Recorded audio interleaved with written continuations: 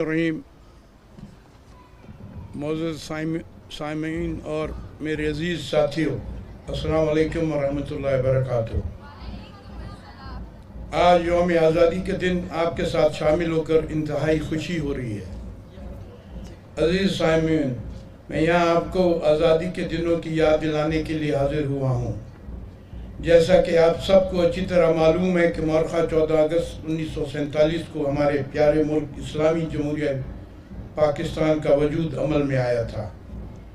आज का दिन हमारे कायदीन और असलाफ की बसीरत और कुर्बानियों से हासिल की गई आज़ादी की तकरीम का दिन है।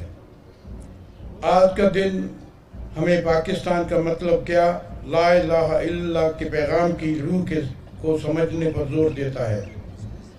ये पैगाम दो कौमी नज़रिए के असास और बर-ए-सग़ीर के मुसलमानों की मंजिल है।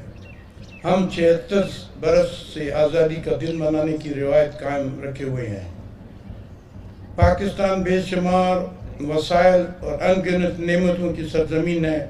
हमारी तरक्की हमारे इस्लाफ और अवाम के ख्वाबों की ताबीर होगी और हमारी तरक्की आइंदा नस्लों के बेहतर मुस्तकबिल की ज़ामिन होगी।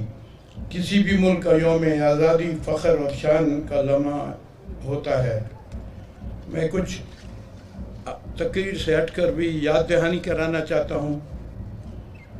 पाकिस्तान के सूबे बलूचिस्तान में मैं ठहरा हूँ, बलूचिस्तान का बासी हूँ और पाकिस्तान का मुस्तकबिल जो है वो बलूचिस्तान से वाबस्ता है।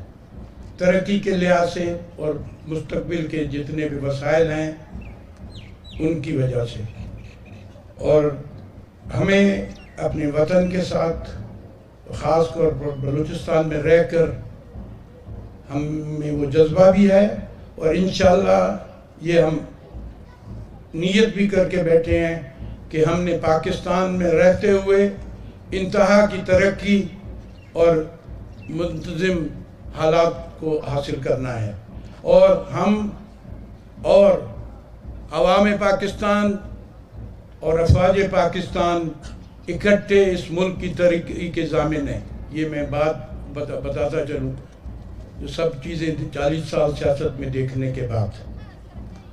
आखिर में यौम की आज़ादी की मुसरत तकरीब में शामिल कोयटा के मुख्तलिफ स्कूलों के तलबात की हौसला अफजाई के लिए केली साहब 10 लाख देना पड़ेगा। 10 लाख बच्चों के लिए करें।